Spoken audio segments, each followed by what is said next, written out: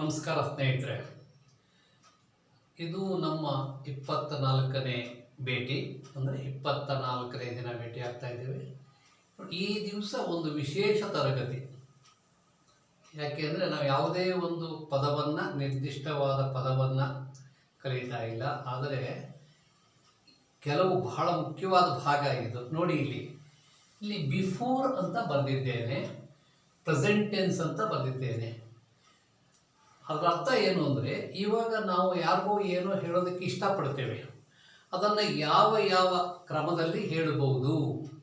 ಈ ವಿಷಯವನ್ನು ನಾವು ನಮ್ಗೆ ಹೇಳೋಕ್ಕಾಗಲಿಲ್ಲ ಕಾರಣಾಂತರದಿಂದ, ಮುಂದೆ ಹೇಗೆ ಹೇಳ್ತೇವೆ ಅದು ಬಹಳ ಮುಖ್ಯ.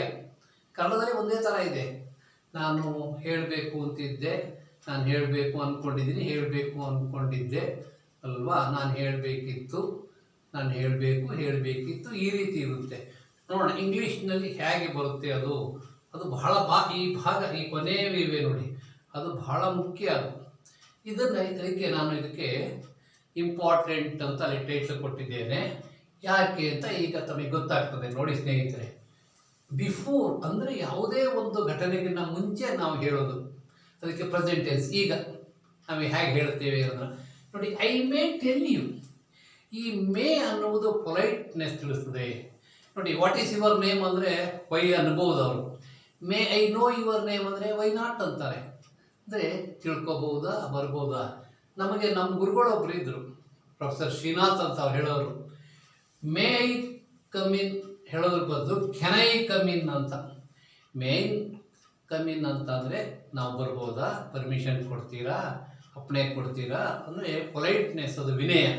ಇದು ಕ್ಯಾನ್ ಐ ಟೆಲ್ ಯು, ನನ್ನ ಕೈಲಿ ಆಯ್ತದ ಅಂತ ಅವ್ರು ಭಾಳ ಚೆನ್ನಾಗಿ ಆ್ಯಕ್ಷನ್ ಮಾಡಿ ತೋರಿಸಿದ್ರು. ಅದಕ್ಕೆ ಆ ಟೀಚರು ಯಾರೋ ಅವರು ತುಂಟ್ರಿದ್ರಂತೆ. ಟೀಚರ್ ಹುಡುಗ ಅಂದಂತೆ, ಗೊತ್ತಾಯ್ತಾ, ಕ್ಯಾನ್ ಐ ಕಮ್ ಇನ್ ಅಂತ. ಎಸ್ ಇಫ್ ಯು ಕ್ಯಾನ್ ಅಂದ್ರಂತೆ. ಅಂದರೆ ನನ್ನ ಕೈಲಿ ಬರೋಕ್ಕಾಯ್ತದ ಅಂದರೆ ಟೀಚರ್ ಅಂತೆ, ನಿನ್ನ ಕೈಲಿ ಬರೋಕ್ಕಾದರೆ ಬಾ ಅಂತ ಆ ಅರ್ಥ ಬರ್ತದೆ. ಅದು ಒಂದು ತಮಾಷೆಗೆ ಹೇಳಿದ್ದು. ನೋಡಿ, ಐ ಮೇ ಟೆಲ್ ಯು, ನಾನು ತಮಗೆ ಹೇಳ್ಬೋದು. ನೋಡಿ, ಅದರಲ್ಲಿ ಐ ಕ್ಯಾನ್ ಟೆಲ್ ಯು, ನಾನು ನಿಮಗೆ ಹೇಳಬಲ್ಲೆ. ಇದರಲ್ಲಿ ಪೊಲೈಟ್ನೆಸ್ ಇದೆ, ಇಲ್ಲಿ ನಾನು ಹೇಳೋಕ್ಕಾಗುತ್ತೆ ಅಂತ. ಇದು ಕ್ಯಾನ್ ಅಂತ ಅಂದರೆ ಸಾಧ್ಯತೆ ತಿಳಿಸೋದು. ನೋಡಿ, ಇಲ್ಲಿ ನೋಡಿ, I want to tell you, ನಾನು ನಿಮಗೆ ತಿಳಿಸಲು ಬಯಸುತ್ತೇನೆ, ನೋಡಿ, I have to tell you, ನಾನು ನಿಮಗೆ ಹೇಳಬೇಕು. ನೋಡಿ, ಇದಕ್ಕಿಂತ ಇದು ಸ್ವಲ್ಪ ತೂಕ ಇದೆ. ನೋಡಿ, I want to tell you ಅಂದರೆ ನಿಮಗೆ ಹೇಳೋದಕ್ಕೆ ಇಷ್ಟ ಇದೆ ನನಗೆ ಅಂತ. ಇಲ್ಲಿ I have to tell you, ನಾನು ನಿಮ್ಗೆ ಹೇಳಬೇಕು. ಗೊತ್ತಾಯ್ತಲ್ಲ. ನೆಕ್ಸ್ಟ್ ನೋಡಿ, ಇದು ನೋಡಿ, I ought to tell you. ಈ ಹ್ಯಾವ್ ಟು ಅಂದರೆ ಹೇಳಬೇಕು, ಇದು ಆಟ್ ಅಂದರೆ ಇಂಗ್ಲೀಷ್ನಲ್ಲಿ ನಮ್ಮ ಜವಾಬ್ದಾರಿ. ಇದು ನನ್ನ ಜವಾಬ್ದಾರಿ, ನನ್ನ ಕರ್ತವ್ಯ, ನಾನು ನಿಮಗೆ ಹೇಳಬೇಕು ಅಂತ. ಇದು ನೋಡಿ, ಐ ಶುಡ್ ಟೆಲ್ ಯು. ನೋಡಿ, ಇದಕ್ಕಿಂತ ಇದು ಸ್ವಲ್ಪ ಸ್ಟ್ರಾಂಗ್ ಇದೆ, ಇದಕ್ಕಿಂತ ಇದು strong. I should tell you, ನಾನು ನಿಮ್ಗೆ ಹೇಳಲೇಬೇಕು. ನೋಡಿ, ಅದಾದ ಮೇಲೆ ನೋಡಿ, ಕನ್ನಡದಲ್ಲಿ ನಾವು ಅಷ್ಟು ವ್ಯತ್ಯಾಸ ಹಾಕಲ್ಲ.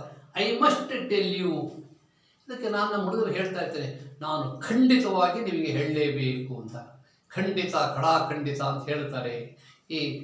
ಇದರ ಏರಿಳಿತಗಳನ್ನು ಗಮನಿಸಿದ್ದೀರಿ ಅಂದ್ಕೊಂಡಿದ್ದೀರಿ. ನೋಡಿ ಸ್ನೇಹಿತರೆ, ಐ ಮೇ ಟೆಲ್ ಯು, ನಾನು ನಿಮ್ಗೆ ಹೇಳಬಹುದು. ಐ ಕ್ಯಾನ್ ಟೆಲ್ ಯು, ನಾನು ನಿಮಗೆ ಹೇಳಬಲ್ಲೆ. I want to tell you, ನಾನು ನಿಮಗೆ ಹೇಳಲು ಬಯಸುತ್ತೇನೆ. I have to tell you, ನಾನು ನಿಮಗೆ ಹೇಳಬೇಕು. I ought to tell you, ನಾನು ನಿಮಗೆ ಹೇಳಲೇಬೇಕು, ಅದು ನನ್ನ ಜವಾಬ್ದಾರಿ, ನನ್ನ ಕರ್ತವ್ಯ. ನೋಡಿ, ಶೇಕ್ಸ್ಪಿಯರ್ ಒಂದು ಕಡೆ ಹೇಳ್ತಾನೆ, what ought to do, what ought not to do ಅಂತ. ನಾನು ಏನು ಮಾಡಬೇಕು, ಏನು ಮಾಡಬಾರ್ದು, ಇದು ಕರ್ತವ್ಯಕ್ಕೆ ಸಂಬಂಧಪಟ್ಟ ಹಾಗೆ. ಇದಕ್ಕೆ ಸ್ನೇಹಿತರೆ ಪಾಸ್ಟ್ ಟೆನ್ಸ್ ಇಲ್ಲ, ಈಗಲೇ ಹೇಳ್ಬಿಟ್ಟಿರ್ತೇನೆ. ಪ್ರೆಸೆಂಟ್ ಟೆನ್ಸಲ್ಲಿ ಮಾತ್ರ ಆಟಿದೆ. ನೋಡಿ, ಐ ಶುಡ್ ಟೆಲ್ ಯು, ನಾನು ನಿಮ್ಗೆ ಹೇಳಲೇಬೇಕು. ಇಲ್ಲಿ ಐ ಆಟ್ ಅಂದರೆ ಕರ್ತವ್ಯ, ಇಲ್ಲಿ ಐ ಶುಡ್ ಟೆಲ್ ಯು, ನಾನು ನಿಮಗೆ ಹೇಳಲೇಬೇಕು. ಇದು ನೋಡಿ, ಐ ಮಸ್ಟ್ ಟೆಲ್ ಯು, ನಾನು ನಿಮಗೆ ಹೇಳಲೇಬೇಕು, ಖಂಡಿತವಾಗಿ ಹೇಳಲೇಬೇಕು. ನಾನು ನಮ್ಮ ಹುಡುಗರು ಹೇಳ್ತಿರ್ತೇನೆ, ಎಕ್ಸಾಮ್ಗಿಂತ ಮುಂಚೆ ಯಾರೋ ಹುಡುಗ ಓದ್ಕೊಳ್ಳೋಕೆ ಇಷ್ಟ ಇರ್ತದೆ, ಓದೋ ಹುಡುಗ, ಅವನು ಹೇಳ್ತಾನೆ, ಗೊತ್ತಾಯ್ತಾ, ಇವೆರಡು ಅಷ್ಟು ಚೆನ್ನಾಗಿರಲ್ಲ ನೋಡಿ. ಐ ಮೇ ರೀಡ್, ನಾನು ಓದ್ಬೋದು.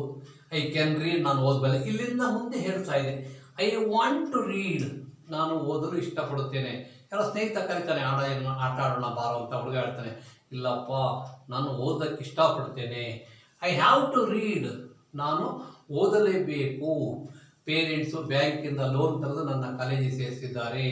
I have to read. ಇಲ್ಲಿ ಐ ಹ್ಯಾವ್ ಟು ರೀಡ್, ಇಲ್ಲಪ್ಪ ನನಗೆ ತುಂಬ ಜವಾಬ್ದಾರಿ ಇದೆ, ನಾನು ಓದಲೇಬೇಕು.